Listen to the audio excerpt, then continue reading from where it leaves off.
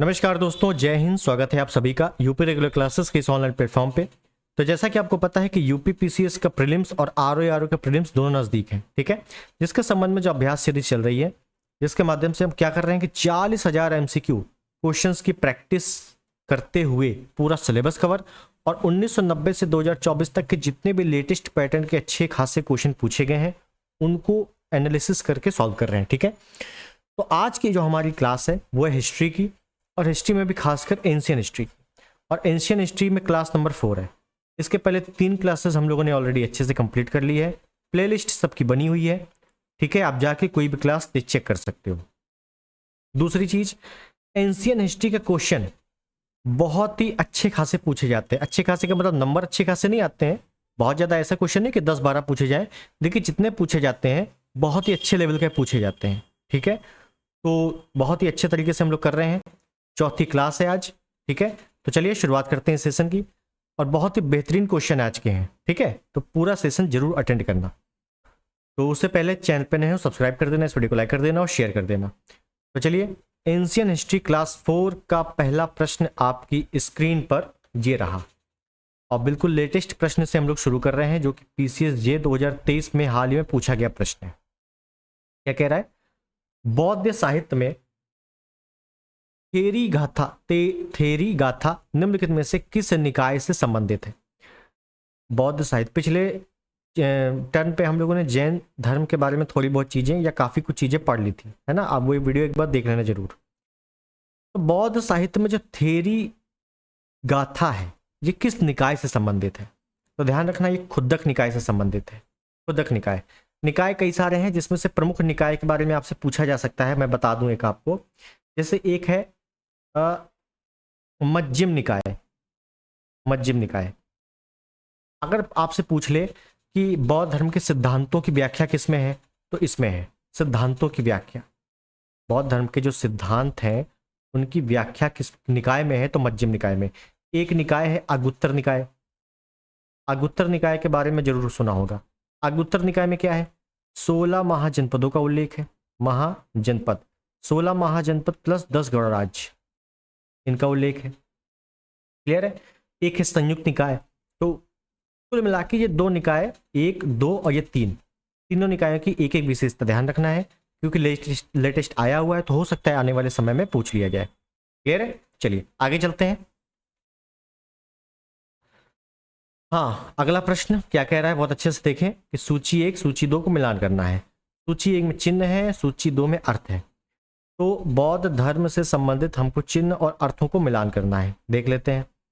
तो गौतम बुद्ध का जन्म हुआ तो उसमें जो प्रतीक चिन्ह था वो क्या था? जन्म में, तो जन्म में जो प्रतीक है भैया वो है कमल और सांड। क्या है? कमल और सांड। तो कमल दिया हुआ है, यहीं पर ब्रैकेट में आगे सांड लिख लेना, क्योंकि कमल और सांड दोनों है, ठीक है। प्रथम प्रवचन दिया या प्रथम उपदेश दिया कहाँ? सारनाथ में। क्या बोला गया? धर्म चक्र प्रवर्तन बोला गया, तो बी का 2 कर दो। उसके बाद त्याग, जब गृह त्यागा तो किससे त्यागा था? अपना घोड़ा और सारथी के साथ त्यागा था, घोड़ा कर दो। और महाबोधि, बोधि वृक्ष मतलब ज्ञान प्राप्त हुआ तो बोधि वृक्ष के नीचे, ठीक है। तो ए का हो जाएगा चौथा, बी का दूसरा, ए का चौथा, बी का दूसरा, मतलब option D is the right. Simple question है। चलिए आगे चलते हैं। बोधि बोधि प्राप्त करने के पूर्व ज्ञान की खोज में सिद्धार्थ गौतम किन आचार्यों के पास गए थे? मोस्ट इंपॉर्टेंट क्वेश्चन है, मोस्ट इंपॉर्टेंट क्वेश्चन। इस टाइप के क्वेश्चन आपके बहुत ही अच्छे टाइप के पूछे जाते हैं, आप समझिएगा बहुत अच्छे से। यहां पे हमसे ये नहीं पूछा है गौतम बुद्ध को कहाँ ज्ञान प्राप्त हुआ, कैसे क्या हुआ। हमसे पूछा है किन आचार्यों के पास गए थे जब ज्ञान उनको प्राप्त नहीं हुआ था, उसके पहले। तो देखिए, अगर मैं गौतम बुद्ध की बात बताऊं तो एक पेज पे बताऊंगा ना, अलग से एक पेज पे बताते हैं, ठीक है। देखिए, देखो बेसिक चीजें मैं नहीं बताऊंगा, जैसे गौतम बुद्ध के पिता का नाम, माता का नाम, ये सब आप अच्छे से पढ़े हुए हो, ठीक है। 29 वर्ष की अवस्था में गृह त्यागा, और 4 उनको दृश्य दिखे, जर्जर व्यक्ति, रोगी व्यक्ति, सन्यासी और शव यात्रा, है ना। तो उनका हृदय परिवर्तन हो गया, वो सब आपको पता है। मैं ये बता रहा हूँ कि जब ये गृह त्यागे मतलब घर जब त्यागा इन्होंने, तो अपने घोड़े कंथक और सारथी छंदक के साथ त्यागा था, कहीं छन्ना में मिलता है, कोई दिक्कत नहीं। आज जब ग्रह त्यागा तो सबसे पहले ये गए अनोमा नदी के पास। अनोमा नदी, यहाँ पे क्या किया, यहाँ पे कसाय वस्त्र, समझिएगा बहुत अच्छे से, कसाय वस्त्र धारण किए। कसाय वस्त्र का मतलब है गेरुए वस्त्र जो सन्यासी लोग धारण करते हैं। इसके बाद क्या हुआ, अनोमा नदी, ग्रह तो त्याग दिया, सॉरी कसाय वस्त्र धारण कर लिया। उसके बाद क्या हुआ, उसके बाद ये गए वैशाली, समझिएगा क्योंकि यहां से आपके कई प्रकार के क्वेश्चन बनेंगे। ये गए वैशाली, और वैशाली में इनको गुरु मिले अलार कलाम। अलार कलाम गुरु मिले, और इन गुरु से इनको क्या मिला, शाक्त दर्शन की शिक्षा प्राप्त हुई। शाक्त दर्शन की शिक्षा प्राप्त हुई, ठीक है, हो गई शिक्षा प्राप्त। उसके बाद वैशाली के बाद ये कहाँ गए, वैशाली के बाद गए ये राजगृह, समझिएगा।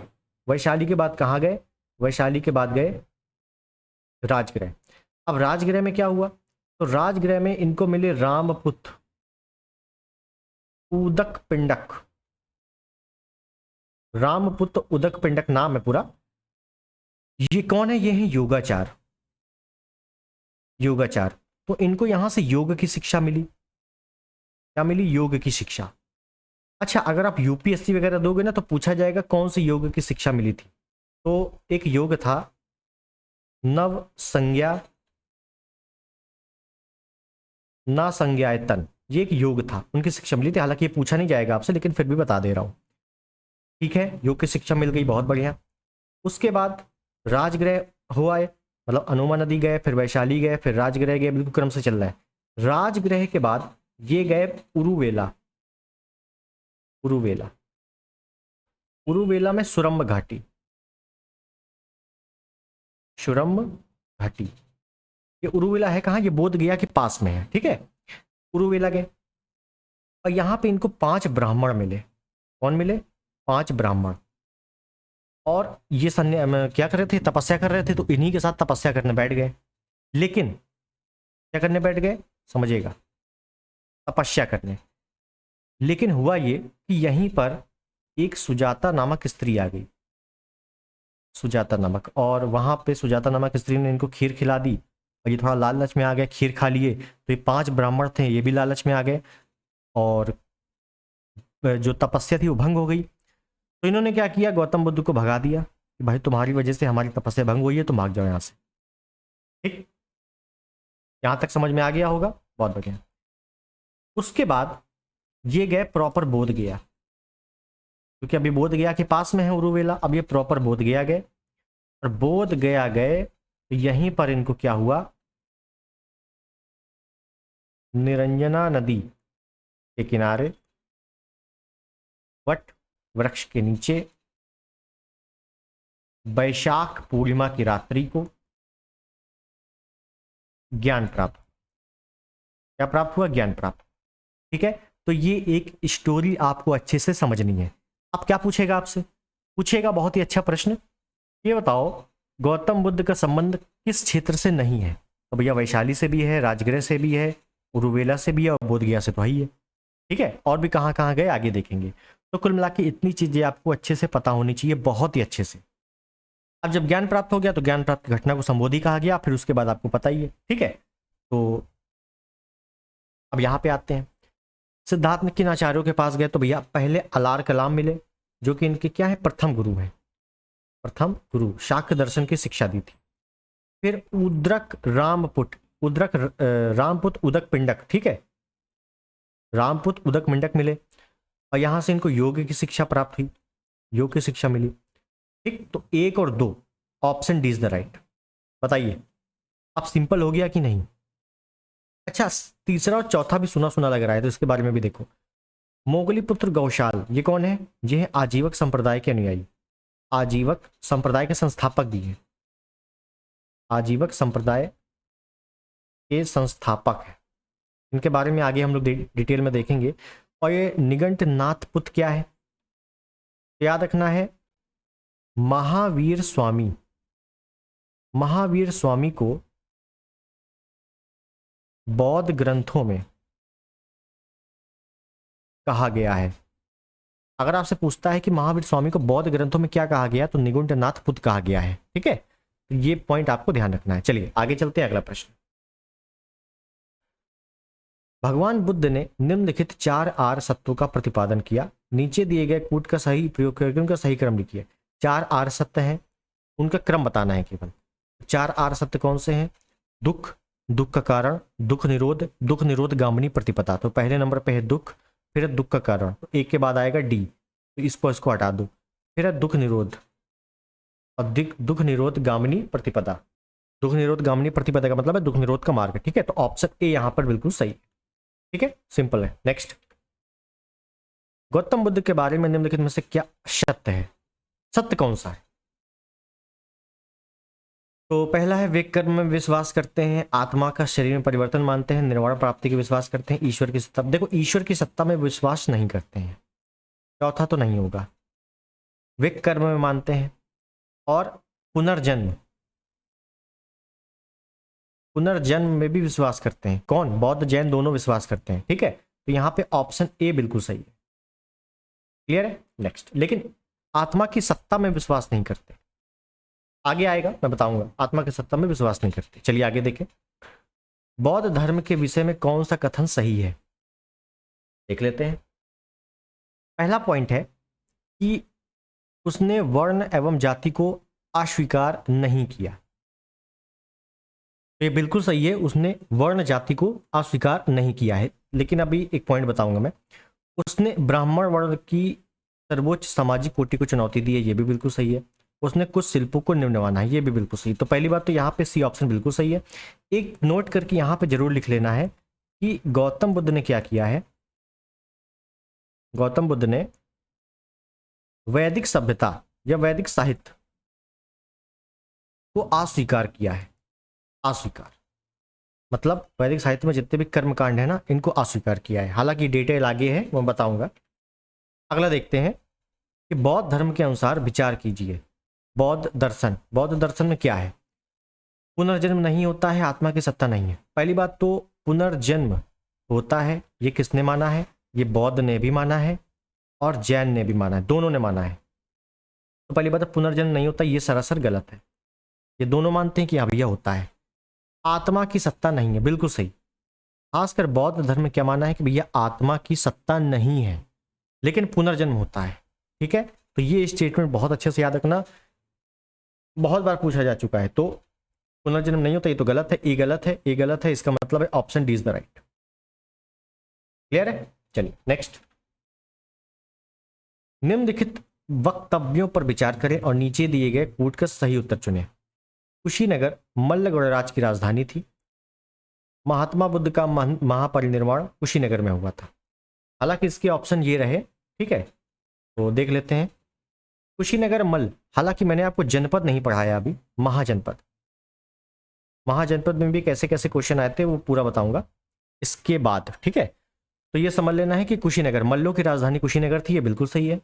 दूसरा है महात्मा बुद्ध का महापरिनिर्वाण मतलब में मृत्यु कहाँ हुई थी? कुशीनगर में हुई थी, ये भी बिल्कुल सही है। तो महात्मा बुद्ध की मृत्यु कुशीनगर में हुई थी, इसी वजह से ये राजधानी है क्या? नहीं भैया, ये दोनों अलग अलग सही है। ठीक है, तो इसका मतलब है ए और आर दोनों सही है, परंतु आर ए का सही व्याख्या नहीं है। Option B is the right. Clear? Next, कथन कारण वाले क्वेश्चन है, फिर से आ गए। चलिए देखते हैं। कथन है सर्वाधिक वर्षा वासों में गौतम बुद्ध श्रावस्ती में रहे। एक दूसरा है श्रावस्ती के राजा प्रसेनजीत गौतम बुद्ध की आयु के थे। गौतम बुद्ध की आयु के थे या गौतम बुद्ध के समकालीन थे, ऐसा भी आ सकता है। तो पहला है सर्वाधिक वर्षा, जब भी वर्षा मतलब होती थी तो गौतम बुद्ध कहाँ? श्रावस्ती में ही रहते थे, ये बिल्कुल सही है, आपने पढ़ा होगा स्टोरी में। ठीक है, और गौतम बुद्ध ने अंतिम वर्षा ऋतु कहाँ बताई थी? वैशाली में बिताई थी। ये पॉइंट नोट करने वाला है। अंतिम वर्षा ऋतु कहाँ बिताई थी गौतम बुद्ध ने? तो वैशाली में बिताई थी। ये भी आपसे कई बार पूछा जा चुका है। उसके बाद है श्रावस्ती। श्रावस्ती मतलब कौशल, कौशल महाजनपद है, उसकी राजधानी है श्रावस्ती। तो कौशल या श्रावस्ती के राजा प्रसेनजीत गौतम बुद्ध की आयु के थे, बिल्कुल सही। तो गौतम बुद्ध की आयु के थे प्रसेनजीत, इसी वजह से वो श्रावस्ती में रहते थे? नहीं, ये अलग मैटर है, ये भी अलग मैटर है। तो इसका मतलब है कि ए और आर दोनों सही है, परंतु ए आर की सही व्याख्या नहीं। ठीक है, ये प्रसेनजीत के बारे में मैं बता दूं, जब मैं हर्यक वंश में आऊँगा, हर्यक वंश, तब बहुत ही अच्छे से प्रसेनजीत का जिक्र हुआ है। ठीक है, तो उसमें मैं आपको डिटेलिंग बता दूंगा कैसे क्या है, 1-2 क्लासेस में पूरा क्लियर हो जाएगा। चलिए आगे देखें। बुद्ध का जन्म हुआ था, बुद्ध का जन्म कहाँ हुआ था? तो यहाँ पे थोड़ी सी गौतम बुद्ध के बारे में डिटेलिंग देख लेते हैं। तो बुद्ध का जन्म कहाँ हुआ था?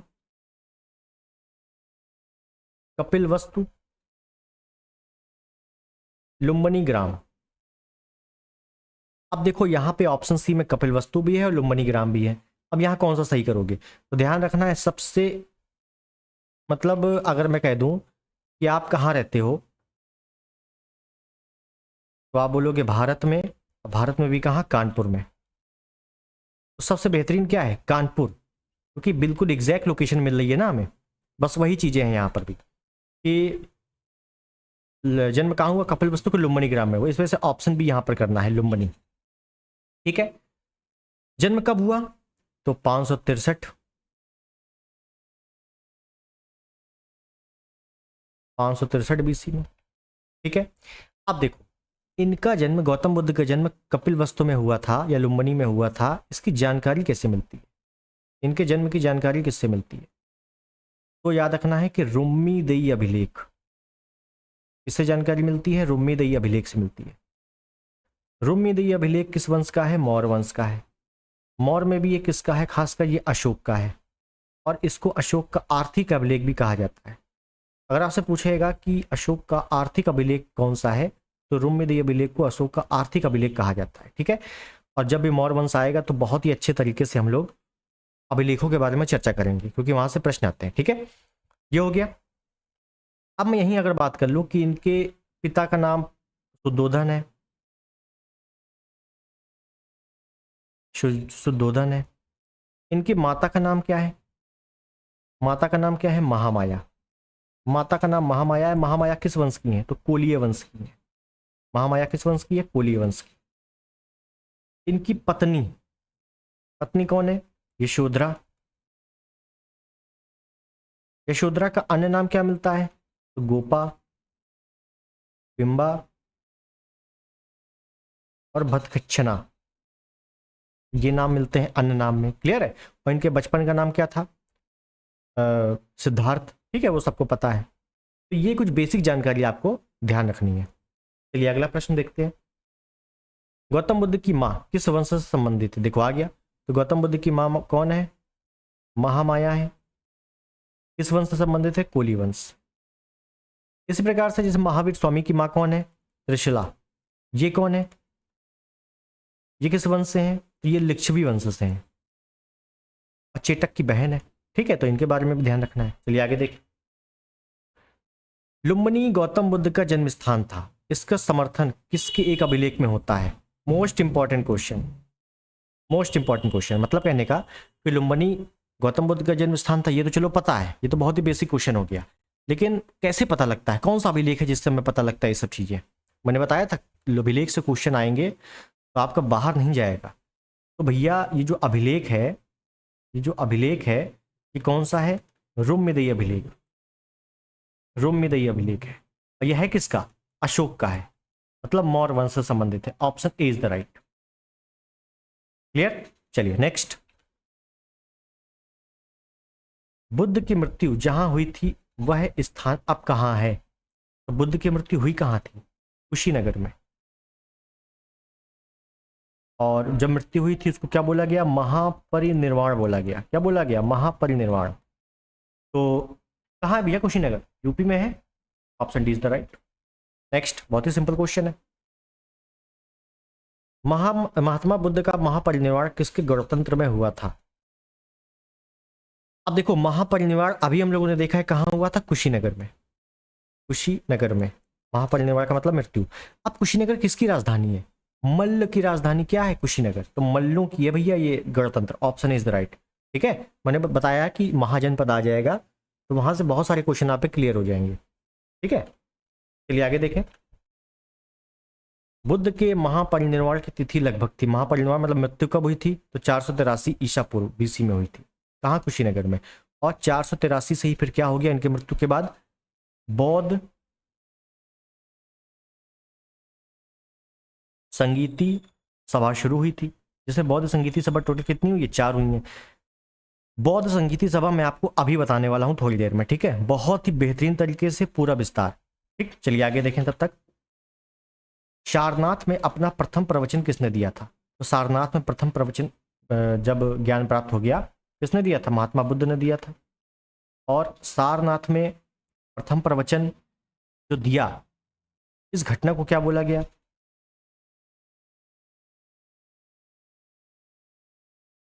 धर्म चक्र प्रवर्तन बोला गया। चलो ये तो बहुत ही बेसिक क्वेश्चन है। अब मेरा क्वेश्चन ये है, ये बताओ सारनाथ में पहला प्रवचन किसको दिया था? किसको दिया प्रवचन, पहला प्रवचन? तो ध्यान रखना है आपको, अभी मैंने थोड़ी देर पहले बताया है कि गौतम बुद्ध की यात्रा कैसी थी, कहाँ कहाँ गए थे। उरुवेला सुरम्य घाटी में गए थे बोध गया की, वहां 5 ब्राह्मण मिले थे, उनके साथ तपस्या कर रहे थे, लेकिन किसी कारणवश उनकी तपस्या गौतम बुद्ध की वजह से भंग हो गई और उन 5 ब्राह्मणों ने गौतम बुद्ध को वहां से भगा दिया। तो भैया वो जो 5 ब्राह्मण थे ना, उन्हीं को पहले बार प्रवचन दिया था, 5 ब्राह्मणों को। मतलब वही बात हो गई कि यूपीएससी की तैयारी वो पांचों कर रहे थे और सिलेक्शन इनका हो गया था, है ना। चलो, अब 5 ब्राह्मण वो कौन कौन थे? एक का नाम था कौडिल्य, एक का नाम था बप्पा, एक का नाम था भद्दीय, एक का नाम था अस्सागीय, एक का नाम था महानमा। क्या नाम था? महानमा। ये 5 ब्राह्मणों के नाम आपको ध्यान रखने हैं। हो सकता है पूछ लेगा कि 5 ब्राह्मण में से कौन नहीं थे, या 5 ब्राह्मण कौन कौन से ब्राह्मण थे? कौंडिल्य, बप्पा, भद्दीय, अस्सागीय, महानमा, इन 5 ब्राह्मणों को पहली बार प्रवचन दिया था। ठीक है, चलिए आगे देखते हैं। बुद्ध के उपदेश किससे संबंधित है? बुद्ध ने जो उपदेश दिए हैं धार्मिक कर्मकांड से संबंधित है? बिल्कुल नहीं, धार्मिक कर्मकांड का तो कायदे से विरोध किया है। आत्मा संबंधी विवाद? बिल्कुल नहीं। ब्रह्मचर्य? बिल्कुल नहीं। आचरण की शुद्धि और पवित्रता पर इन्होंने उपदेश दिया। Option D is the right. Clear? Next, भारतीय कला में बुद्ध के जीवन की किस घटना का चित्रण मृग सहित चक्र द्वारा हुआ है? तो मृग सहित चक्र द्वारा कहाँ हुआ है? हालांकि आप यहां से एक निकाल सकते हो कि धर्म चक्र प्रवर्तन, चक्र आ गया, धर्म चक्र प्रवर्तन कहाँ? प्रथम उपदेश दिया जब, तभी तो बोला गया धर्म चक्र प्रवर्तन। तो प्रथम उपदेश option C is the right. कहाँ दिया था? सारनाथ में। सारनाथ में है क्या? मृगदाव वन है, मृगदाव वन। बस मृग सहित चक्र द्वारा उन्हीं का चित्रण हुआ है वहां। क्लियर है? तो प्रथम उपदेश से संबंधित है वो। नेक्स्ट, बुद्ध ने अपना अंतिम उपदेश निम्नलिखित में से किस शिष्य को दिया था? बुद्ध ने अपना अंतिम उपदेश, पहली बात तो अंतिम उपदेश कहाँ दिया था? तो कहाँ हुई थी मृत्यु? कुशीनगर में। तो कुशीनगर में ही थे भैया, और अंतिम उपदेश दिया सुबध को। Option C. इसको दिया सुबध को, और देखो कितनी बार आ चुका है, बिल्कुल अच्छा प्रश्न है ये। ठीक है, सुबध को दिया अंतिम उपदेश। उसके बाद क्या हुआ कि एक व्यापारी था चुंद, चुंद नामक व्यापारी के घर चले गई है, और इसी व्यापारी के घर में शूकर मांस भक्षण कर लिया, शुगर का मांस खा लिया था, जिसकी वजह से इनकी हो गई थी मृत्यु। याद रखना है कि अंतिम उपदेश सुबध के यहाँ सुबध को दिया था, और किसके घर गए थे? शुकर मांस भक्षण गलती से हो गया था, तो मृत्यु हो गई चुंद के यहाँ। ठीक है, चलिए नेक्स्ट। अपना उपासक बना लिया था निम्नलिखित में से वे 2 बंजारे कौन थे? अपना उपासक का मतलब है अपना एक असिस्टेंट बना लिया। अब देखो यहां से 2 प्रकार के क्वेश्चन आएंगे। पहला, अपना उपासक बना लिया, निम्नलिखित में से वे 2 बंजारे कौन थे? निम्नलिखित में से कौन से बंजारे थे जो गौतम बुद्ध के शिष्य बन गए? या गौतम बुद्ध के प्रथम शिष्य कौन बने थे? प्रथम शिष्य तो याद रखना तापस और मल्लिक। तापस्सु लिखा है, कहीं कहीं तापस लिखा होता है, तापस और मल्लिक, ऑप्शन ए। ठीक है, लेकिन अगर पूछ ले क्या, ये बताओ गौतम बुद्ध के प्रिय शिष्य कौन थे? दोनों में बहुत अंतर है। गौतम बुद्ध के प्रथम शिष्य या बंजारे, ऐसे कौन से बंजारे थे जो शिष्य बने थे? ये अलग है, तापस मल्लिक। लेकिन गौतम बुद्ध के प्री से पूछ ले तो आपको करना है आनंद और उपाली, इनका बहुत बड़ा रोल है। क्या रोल है अभी आगे बताता हूँ। बौद्ध संगीति सभा में सारे रोल अभी आपको इकट्ठे देखने को मिलेंगे, अभी आप केवल देखते जाओ। बौद्ध संघ में भिक्षुणी के रूप में स्त्रियों के प्रवेश की अनुमति बुद्ध द्वारा दी गई थी। अब समझो, गौतम बुद्ध ने बौद्ध संघ की स्थापना की थी। बौद्ध संघ की स्थापना इसने गौतम बुद्ध ने कहाँ की थी? सारनाथ। समझिएगा बहुत अच्छे से, सारनाथ। अब बौद्ध संघ में शामिल होने के लिए कुछ रूल थे। क्या रूल थे? पहला रूल, एज आपकी 15 वर्ष मिनिमम होनी चाहिए, 15 प्लस होनी चाहिए, मतलब कुल मिला के। सेकेंड रूल, महिलाएं वर्जित, महिलाएं इसमें शामिल नहीं हो सकती। एक और रूल कि जो भी व्यक्ति, पहली बात तो किसी भी वर्ण जाति का प्रवेश ले सकता था, और वो जो भी व्यक्ति प्रवेश लेगा तो उसको नशा पत्ती नहीं होनी चाहिए, मतलब शराब वगैरह का आदी नहीं होना चाहिए। ये कुछ रूल थे। अब हुआ ये, मैंने बताया कि गौतम बुद्ध के दो प्रिय शिष्य कौन? आनंद और उपाली। अब समझो, आनंद ने क्या बोला कि प्रभु ऐसा है कि केवल महिलाओं के लिए, सॉरी महिलाएं वर्जित हैं, यहाँ पर केवल पुरुषों के लिए है, महिलाओं को भी शामिल किया जाए। तो आनंद के कहने पर, किसके कहने पर? आनंद के कहने पर वैशाली में महिलाओं के लिए बौद्ध संघ बनाया गया। और प्रथम महिला बौद्ध संघ में शामिल होने वाली कौन थी? प्रजापति गौतमी, गौतम बुद्ध की मौसी प्रजापति गौतमी। ठीक है, प्रजापति गौतमी के बारे में आपने पढ़ा होगा, क्लियर है? तो प्रजापति गौतमी ने इनका पालन पोषण किया था। तो अगर आपसे पूछता है कि बौद्ध संघ में महिलाएं कहाँ प्रवेश करती थी? सारनाथ में, कुशीनगर में, वैशाली में, राजगृह में। तो 99% लोग सारनाथ करेंगे। क्यों? क्योंकि बौद्ध संघ लगभग ज़्यादा लोगों ने सारनाथ ही पढ़ा है। लेकिन गलत, वैशाली करना है। और बौद्ध संघ की स्थापना कहाँ की थी? सारनाथ में। खासकर महिलाएं अगर शब्द आ जाए तो वैशाली करना है, नहीं तो सारनाथ करना है। जैसे ये क्वेश्चन क्या है, भिक्षुणी के रूप में स्त्रियों के प्रवेश की अनुमति बुद्ध द्वारा दी गई थी, कहाँ? वैशाली में। Option B is the right. हालांकि इस ऑप्शन में सारनाथ दिया ही नहीं हुआ है। ठीक है, समझ गए मेरी बात? चलो अच्छे से नेक्स्ट। निम्नलिखित में से कौन बुद्ध के जीवन काल में ही संघ प्रमुख होना चाहता था? बौद्ध संघ का प्रमुख होना चाहता था। तो देखिए, इसमें है देवदत्त, ऑप्शन है। ये कजन भाई था, चचेरा भाई गौतम बुद्ध का। ये बौद्ध संघ का प्रमुख होना चाहता था, मतलब गौतम बुद्ध की जो प्रॉपर्टी थी उसका वारिस बनना चाहता था। लेकिन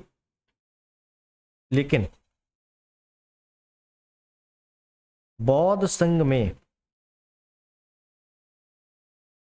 संघ प्रमुख किसी को नहीं बनाया गया, किसी को नहीं बनाया गया। मतलब गौतम बुद्ध ने किसको बौद्ध संघ का प्रमुख बनाया था? भैया किसी को नहीं बनाया था। क्यों? क्योंकि उनका मत था कि कोई प्रमुख नहीं बनेगा, जो हमारे उपदेश है वो सीखो, बौद्ध संघ का प्रमुख बन के क्या ही करना है। ठीक है, लेकिन बनना कौन चाहता था? देवदत्त बनना चाहता था। क्लियर? चलिए आगे चलते हैं, अगला प्रश्न। निम्नलिखित में से किसे एशिया के ज्योतिपुंज के तौर पर जाना जाता है या लाइट ऑफ एशिया कहा जाता है? Light of Asia Gautam Buddha को कहा जाता है। ऑप्शन इज द राइट, है ना? सिंपल क्वेश्चन है। नेक्स्ट देखिए, प्रश्न क्या कह रहा है। निम्नलिखित में से किस स्थान की यात्रा बुद्ध ने नहीं की थी? गौतम बुद्ध कहां पर नहीं गए थे भैया, ये बताना है। तो देखिए, कपिलवस्तु लुम्बिनी में तो उनका जन्म हुआ था। ठीक है, वहीं से तो यात्रा शुरू हुई की। वैशाली, मैंने बताया था, जो क्रम बताया था ऐसे इस प्रकार से, उसने बताया था वैशाली गए थे जहाँ अलार कलाम मिले थे, वहाँ से इन्होंने शाक्य दर्शन की शिक्षा ली। ठीक है, और गौतम बुद्ध कौशाम्बी में गए थे, और पूछा जाता है कि गौतम बुद्ध जब कौशाम्बी में गए तो वहाँ का शासक कौन था? तो वहाँ का शासक उदयन था। कौन था? उदयन। यहाँ भी गए थे, लेकिन उज्जैनी ये नहीं गए थे। Option D is the right. Clear? Next, निम्नलिखित समकालीन राजाओं में गौतम बुद्ध की समान आयु वाला कौन था? अभी ऊपर आया था ना प्रश्न कि लगभग समान आयु के थे, तो कौन थे? प्रसेनजीत। कहाँ के शासक है? कौशल के। कौशल मतलब Shravasti. Option C is the right. Next, Gautam Buddha के समय का प्रसिद्ध वैद्य जीवक किसके दरबार से संबंधित था? ये बिंबिसार। Option A. बिंबिसार कौन है? हर्यक वंश का संस्थापक है, संस्थापक। और इसने क्या किया था कि अपना साम्राज्य बढ़ाने के लिए, ये मगध का शासक है, अपना साम्राज्य बढ़ाने के लिए बहुत सारे विवाह भी किए और अपना जो वैद्य था ये लोगों के दरबार में भेजा था, ताकि अब जब हम किसी के पास डॉक्टर भेजेंगे तो वहां से भी संबंध अच्छे हो जाएंगे। अच्छा, ये राजवैद्य जीवक किसके दरबार में भेजा गया था? याद रखना है, हालांकि ये मैं आगे बहुत ही विस्तार से कराऊंगा, ये अगला चैप्टर इसी का है, लेकिन आपको ध्यान रख लेना है कि अवंती या उज्जैन का शासक था चंड प्रद्योत, जो कि ऑप्शन बी में लिखा हुआ है। इसको हो गया था एक पांडु रोग, तो इसके इलाज के लिए राजवैद्य जीवक को भेजा गया था। ठीक है, तो यहां से भी प्रश्न बनते हैं। चलिए आगे चले। संसार स्थिर और क्षणिक है, इसका किससे संबंध है? तो संसार अस्थिर और क्षणिक है, ये स्टेटमेंट किस धर्म से संबंधित है? इसे भी आ सकता है, तो याद रखना है बौद्ध धर्म। ऑप्शन है। क्लियर? नेक्स्ट है कि निम्नलिखित में से कौन माध्यमिक दर्शन का प्रतिपादन था? माध्यमिक दर्शन का प्रतिपादन आ जाए या माध्यमिक सूत्र की रचना की, माध्यमिक सूत्र की रचना की, शून्यता का सिद्धांत दिया और बौद्ध धर्म के प्रचार के लिए, बौद्ध धर्म के प्रचार के लिए चीन तक गए। कौन है भैया? Nagarjuna. Option D is the right. और इन्होंने सापेक्षता का सिद्धांत दिया, सापेक्षता। ठीक, चलिए आगे चलते हैं। अगला प्रश्न, बौद्ध धर्म में त्रिरत्न क्या इंगित करते हैं? देखिए, त्रिरत्न जैन धर्म में भी है, बौद्ध धर्म में भी, मैंने बताया था। और पिछले टर्न पे मैंने यहां भी बताया था कि बौद्ध धर्म के त्रिरत्न कौन कौन से हैं। बुद्ध, धम्म, संघ। बुद्धम शरणम गच्छामि, धम्मम शरणम गच्छामि, संगम शरणम गच्छामि। सुना होगा। Option C is the right. और आरो यारो आ चुका है 17 में। ठीक है, इंपॉर्टेंट प्रश्न। नेक्स्ट, प्रथम बौद्ध समिति का आयोजन हुआ था। प्रथम बौद्ध समिति का आयोजन हुआ था किसके काल में हुआ था? अब यहां से मैं आपको डिटेलिंग बताने जा रहा हूं जिसके बारे में मैंने बात की थी। तो यहां से आप लोग पेन कॉपी जो भी लिए हो बहुत ही शांति से रख देना साइड में, और आप मेरी केवल बात सुनना। ठीक है, समझिए। तो अब हम लोग करने जा रहे हैं बौद्ध संगीती सभाएं। बौद्ध संगीती सभा कितनी हुई? 4। तो प्रथम संगीती सभा की बात करते हैं। प्रथम संगीती सभा होती कब है? प्रथम संगीती सभा होती कब है? आयोजन कब होता है? तो गौतम बुद्ध की मृत्यु जैसी होती है 483 BC में। बस कहां पर? राजगृह। राजगृह में भी कहां पर? सप्तपर्णी गुफा। सप्तपर्णी गुफा। ठीक है। इस समय शासक कौन है? शासक कौन है? अजात शत्रु। अजात शत्रु कौन है? ये हर्यक वंश का शासक है। बिंबिसार जो आया था हर्यक वंश का संस्थापक, उसका पुत्र। ठीक है। इस संगीती सभा की अध्यक्षता किसने की? अध्यक्ष कौन बना? महाकश्यप। महाकश्यप। क्लियर हो गया। अब यहां की जो प्रमुख घटना है वो कौन सी है? मतलब कहने का कि प्रथम बौद्ध संगीती सभा की प्रमुख घटना क्या हुआ था? प्रथम बौद्ध संगीती सभा जैसी हुई, यहां पे हुआ कि सुत पिटक, सुत पिटक, विनय पिटक, विनय पिटक, सुत पिटक, विनय पिटक ग्रंथों की रचना हुई। समझिएगा, सुत पिटक, विनय पिटक ग्रंथों की रचना हुई। कब? प्रथम बौद्ध संगीती सभा के दौरान। ठीक है। अब देखिए, अब देखिए किसकी रचना हुई? सुत पिटक। किसने की रचना? रचना किसने की? तो भैया ये रचना की है कौन है? शिष्य आनंद। प्रिय शिष्य कौन है? आनंद। तो भैया आनंद ने इसकी रचना की। ठीक है क्या इसमें? गौतम बुद्ध ने जो उपदेश दिए हैं, प्रवचन दिए हैं, उपदेश आ जाए या प्रवचन आ जाए, गौतम बुद्ध के उपदेशों या प्रवचनों का संकलन है। इसमें सुत्त पिटक में। बहुत अच्छे से याद करना, बिल्कुल एक एक पॉइंट टू पॉइंट करवा रहा हूं, ठीक है। बौद्ध धर्म, इसे क्या कहते हैं? बौद्ध धर्म का एनसाइक्लोपीडिया। तो अगर आपसे पूछा जाए कि बौद्ध धर्म का एनसाइक्लोपीडिया किसे कहा जाता है, तो इसे ही कहा जाता है। बौद्ध धर्म का एनसाइक्लोपीडिया किसे? सुत्त पिटक। क्लियर हो गया एक पॉइंट। उसके बाद एक रचना हुई है विनय पिटक। एक रचना हुई विनय पिटक। इसकी रचना किसने की? भैया इसकी रचना की दूसरा शिष्य कौन? उपाली। दूसरा शिष्य कौन है? उपाली, इसने रचना की, ठीक है। इसमें क्या है? बौद्ध संघ की स्थापना हुई कहाँ? सारनाथ में हुई, वैशाली में हुई। बौद्ध संघ के नियमों का संकलन है। नियमों का संकलन है। बहुत एक एक पॉइंट है, लेकिन आपसे पूछा बहुत अच्छे से जाएगा, ठीक है। तो जैसे मैंने बताया था कि 15 वर्ष एज होनी चाहिए, महिलाओं को शामिल नहीं होना चाहिए, शराबी वगैरह नहीं होना चाहिए, एकदम शुद्ध आदमी होना चाहिए, तभी वो बौद्ध संघ में शामिल हो सकते हैं। तो ये सब चीज़ें विनय पिटक में लिखी हुई है। याद रखना है कि बौद्ध संघ के नियमों का उल्लेख किसमें है? विनय पिटक में। और गौतम बुद्ध के उपदेशों प्रवचन का संकलन किसमें है? सुत्त पिटक। क्लियर हो गया? बहुत अच्छे। अगला देखो, अगला है द्वितीय संगीति। द्वितीय संगीति सभा कब होती है? द्वितीय संगीति 383। 483 के बाद 383, 100 कम कर देना है।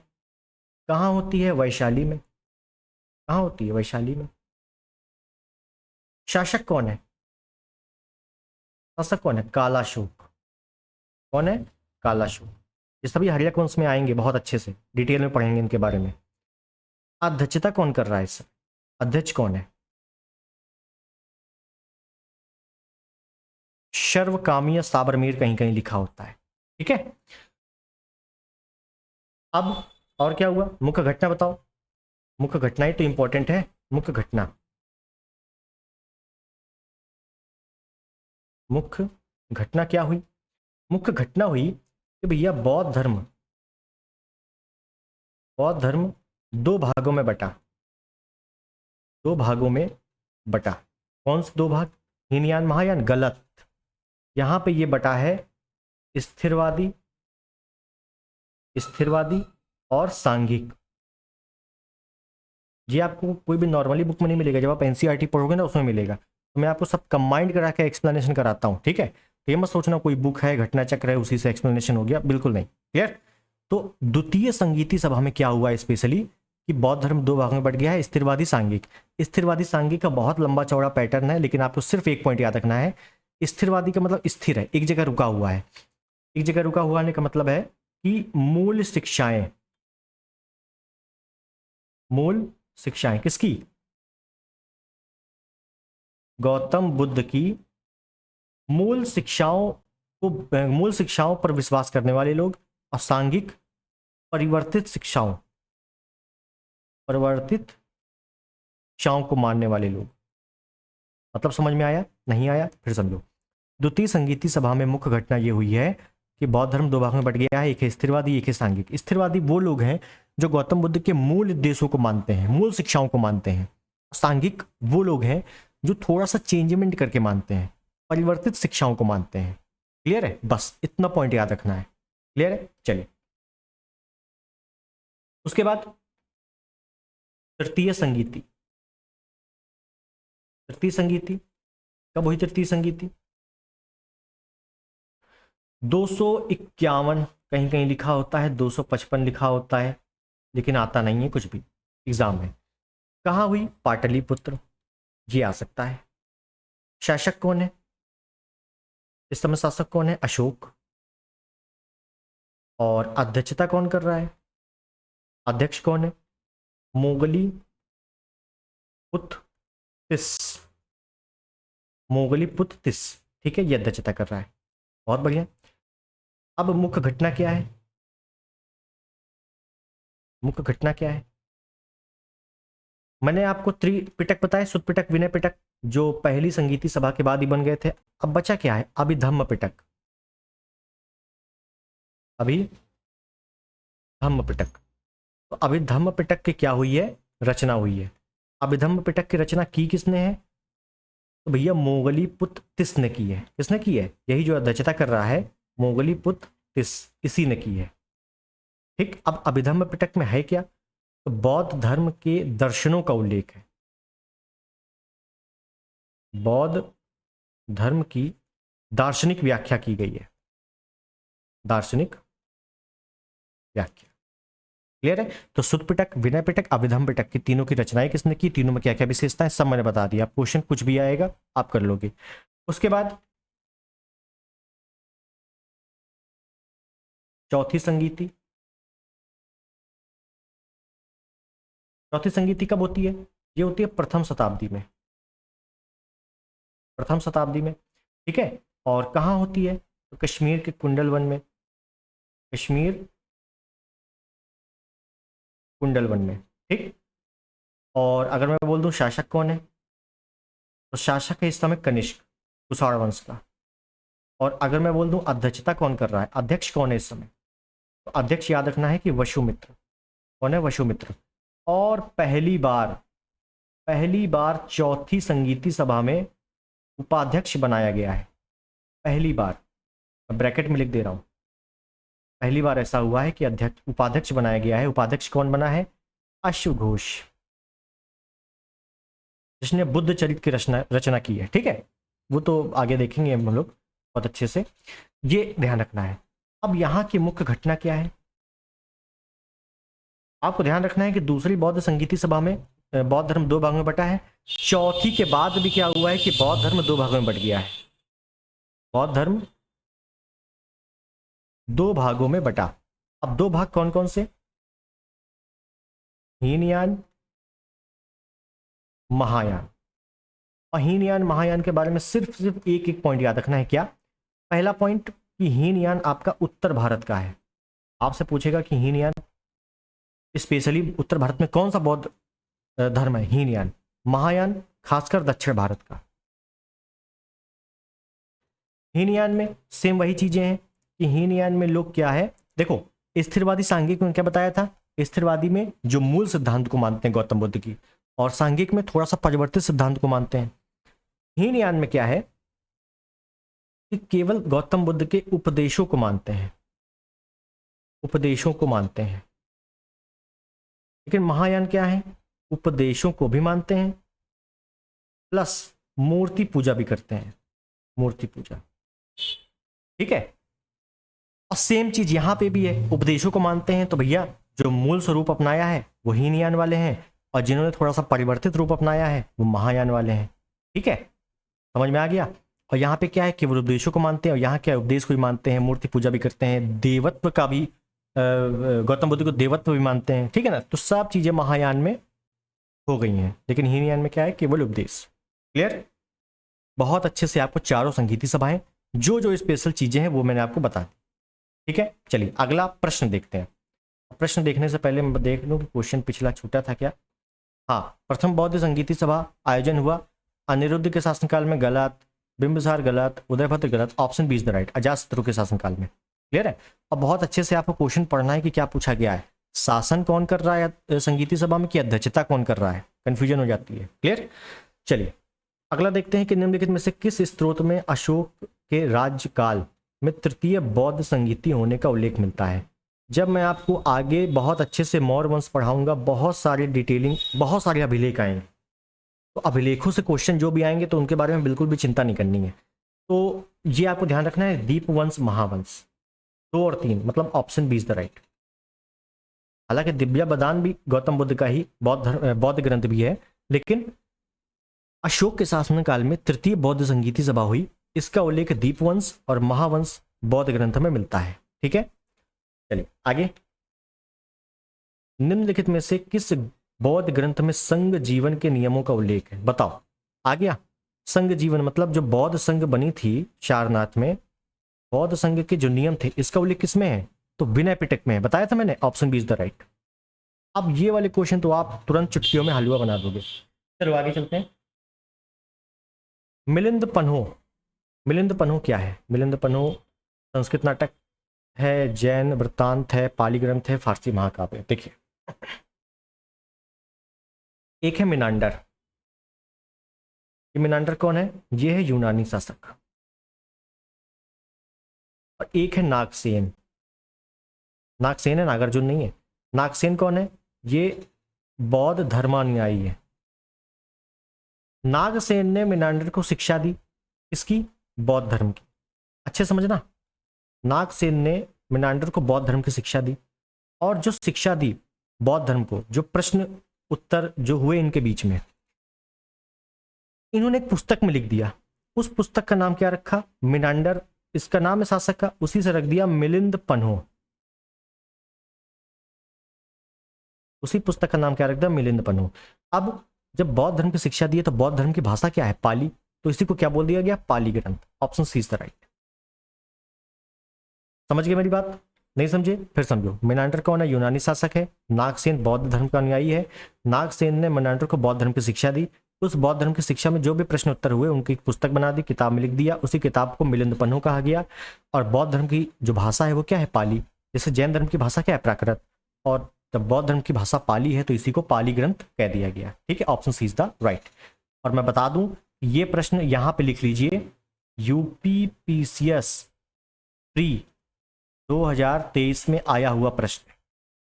क्लियर है? आप पेपर उठा के देख सकते हो। चलो आगे चलते हैं। बौद्ध तथा जैन दोनों ही धर्म विश्वास करते हैं कि बौद्ध जैन मृत्यु के पश्चात मोक्ष, स्त्री पुरुष दोनों ही मोक्ष। हाँ, मैंने बताया था एक पॉइंट कि बौद्ध जैन दोनों ही पुनर्जन्म में विश्वास करते हैं। बस कर्म और पुनर्जन्म, option is the right. Simple question है। क्लियर है? बौद्ध जैन धर्म जब मैंने पढ़ाया था तभी बताया था मैंने। चलो अगला है, निम्नलिखित कथनों पर विचार करें। चैत्य तथा बिहार में क्या अंतर है, इसे चुने। तो चैत्य और बिहार, ये दोनों में अंतर क्या है? तो ओवरऑल आपने जब अगर स्टोरी पढ़ी है तो पढ़ा होगा कि चैत्य क्या है? पूजा स्थल, पूजा स्थल है। और बिहार क्या है? ये निवास स्थान है। निवास स्थान, किसका निवास स्थान? बौद्धों का। तो चैत्य और बिहार किससे संबंधित है? पहले तो बौद्ध धर्म से संबंधित है। चैत्य क्या है? पूजा स्थल है। और बिहार क्या है? निवास स्थान है। तो चैत्य पूजा स्थल और बिहार निवास स्थान। Option B is the right. ठीक है, याद रखना बहुत अच्छे से। तो यहां पर बात क्लियर हो गई। चलिए अगला चलते हैं। ओके, तो हमारे सारे प्रश्न यहां पे समाप्त होते हैं, एंड। और आज हम लोगों ने एंशियंट हिस्ट्री देखा। एंशियंट हिस्ट्री, ये वीडियो कैसा लगा जरूर बताना। एक बार कमेंट करके बताना जरूर कि वीडियो पसंद आया, क्वेश्चन ठीक है कि नहीं ठीक है। ठीक है, और जो मैं एक्सप्लेनेशन कर रहा हूं, एक्सप्लेनेशन, तो उसको और डिटेल में करूं कि ठीक है इतना पर्याप्त है? क्योंकि कई लोग होते हैं कि नहीं इतना तो मैंने पढ़ ही रखा है, और डिटेल में करो। ठीक है, लेकिन बहुत ज़्यादा डिटेल जाने की आवश्यकता है नहीं। आपने एक बार स्टोरी पढ़ी है और एक बार ये प्रैक्टिस सेट कर लो, एक्सप्लेनेशन के साथ पूरा कवर हो जाएगा, कोई दिक्कत की बात नहीं। ठीक है, तो ये क्लास नंबर 4 थी, और एंशियंट हिस्ट्री को बहुत ही जल्द हम लोग ख़त्म करेंगे। और ध्यान रखना है कि ये इसके बाद 16 महाजनपद आने वाले हैं। हर्यक वंश आएगा, है ना, नंद वंश आएगा, मौर्य वंश आएगा, गुप्त वंश आएगा। तो बहुत सारे वंश आएंगे, उनमें अलग अलग चीज़ें हैं, बहुत अलग अलग चीज़ें हैं। अभिलेखों, अगर मैं अभिलेख बताना शुरू कर दूं तो कम से कम 4 से 5 दिन केवल अभिलेखों में चला जाएगा। ठीक है, तो इस वजह से रेगुलर रहना, रेगुलर, जब तक एग्जाम नहीं हो जाता रेगुलर रहो। और सिर्फ मुश्किल से पूरे दिन में 2 घंटे से भी कम की क्लास होती है, अब मज़ा आ जाएगा लास्ट में। क्लियर? तो आई होप चीज़ें आपको समझ में आ गई होंगी। तो मिलते हैं अगले वीडियो में, तब तक के लिए नमस्कार, जय हिंद, वंदे मातरम।